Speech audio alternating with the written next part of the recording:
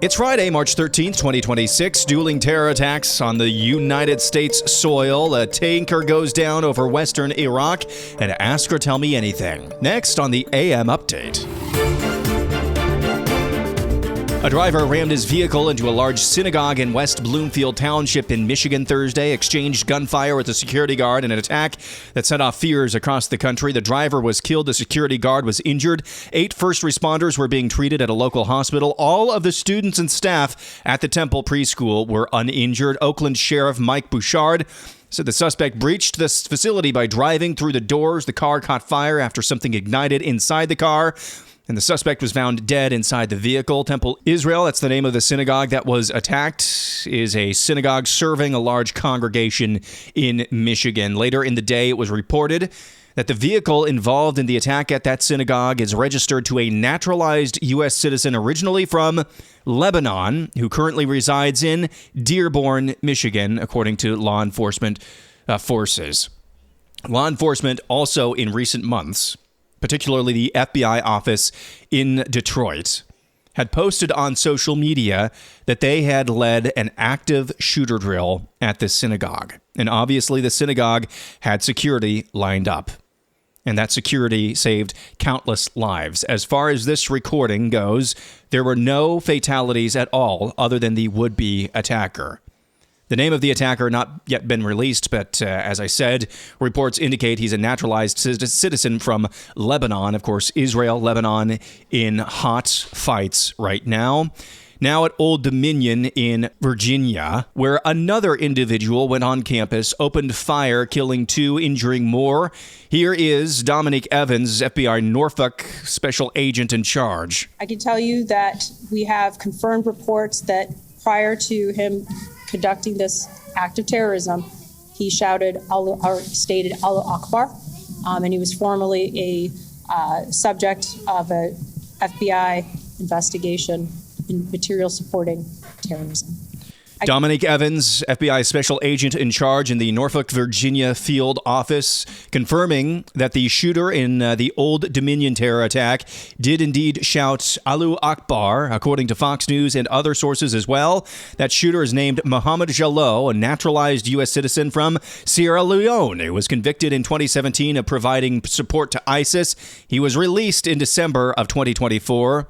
According to DOJ, after his arrest in 2016, quote, Jallow praised the gunman who killed 5 U.S. military members in a terrorist attack in Chattanooga, Tennessee in July 2015, and stated that he had been thinking about conducting an attack similar to the November 2009 attack in Fort Hood, Texas. Why he was back out on the streets free, that beats me. President Trump yesterday issued his condolences for those involved, especially in the attack on the synagogue in Michigan. Before we begin, I want to send our love to the Michigan Jewish community and all of the people in Detroit area following the attack on the Jewish synagogue early today. And I've been fully briefed, and it's a terrible thing, but it goes on.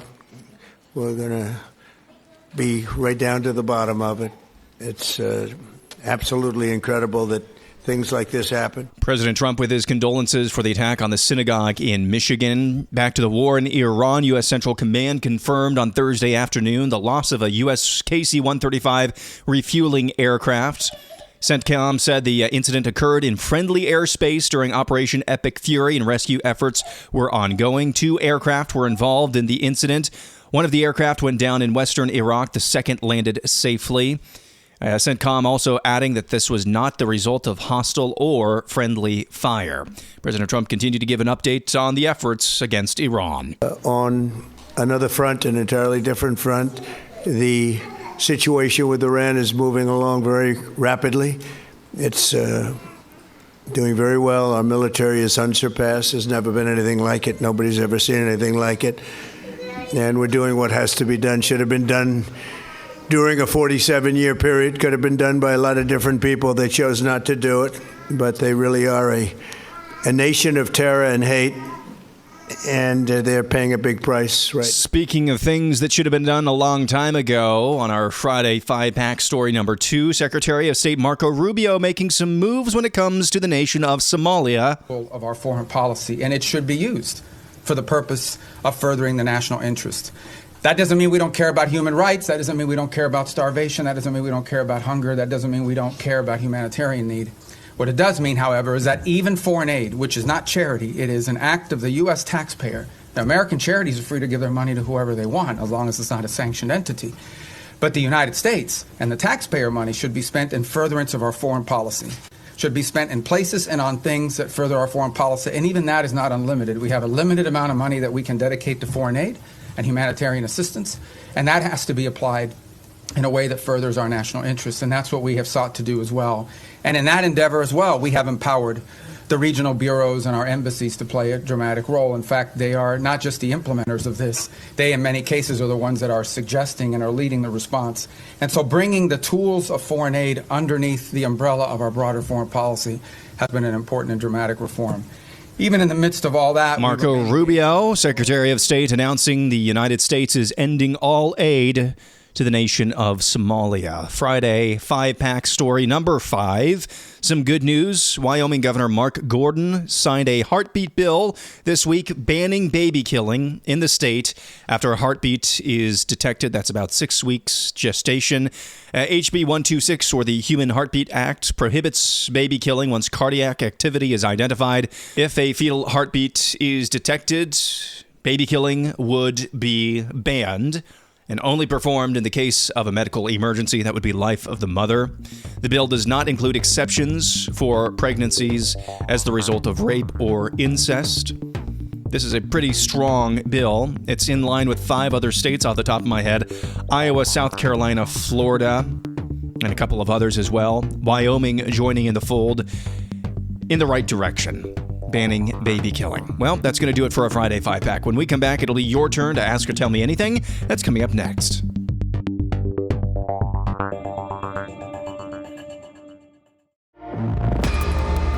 Back for one final segment this week on the AM Update. It's time for Ask or Tell Me Anything. Let's go to Jim, who asks, did you by chance listen to the interview of Haviv Rettig Gur by Winston Marshall or some others? He uses a great analogy of a double chessboard game being played out in Iran. Israel has a smaller, more immediate chessboard, while we are playing on a larger one with China. I've not heard those interviews, but that makes a lot of sense. And I'll tell you, the reaction of the Gulf Coast countries over the last couple of weeks, although I would like to see them get a little bit more offensive, but at least in their posturing, it has given Israel, in their chessboard, the smaller chessboard, all of the political cover they could ever ask for. They're going forcefully into Lebanon right now. The Lebanese government is actually basically, without saying it out loud, welcoming an Israel invasion of their own territory for the purpose of rooting out Hezbollah. So that's right on Israel's doorstep. Hamas has been castrated. And now they're just basically doing targeted operations against the street-level regime thugs in Iran every single evening, or so it seems. When it comes to the larger chessboard that the United States is playing on, yeah, this sent a message to China, I'm sure. It remains to be seen what they'll do, whether they'll kind of wait things out a little bit, wait for Trump to, exit stage right or stage left. I can never remember which one is correct. And see what Taiwan holds for them after Trump leaves the match. But yes, I mean, at the end of the day, if the Strait of Hormuz continues to be, let's just say, messed with, and gas prices, oil prices continue to rise, that's going to be a huge domestic liability for Trump in very short order.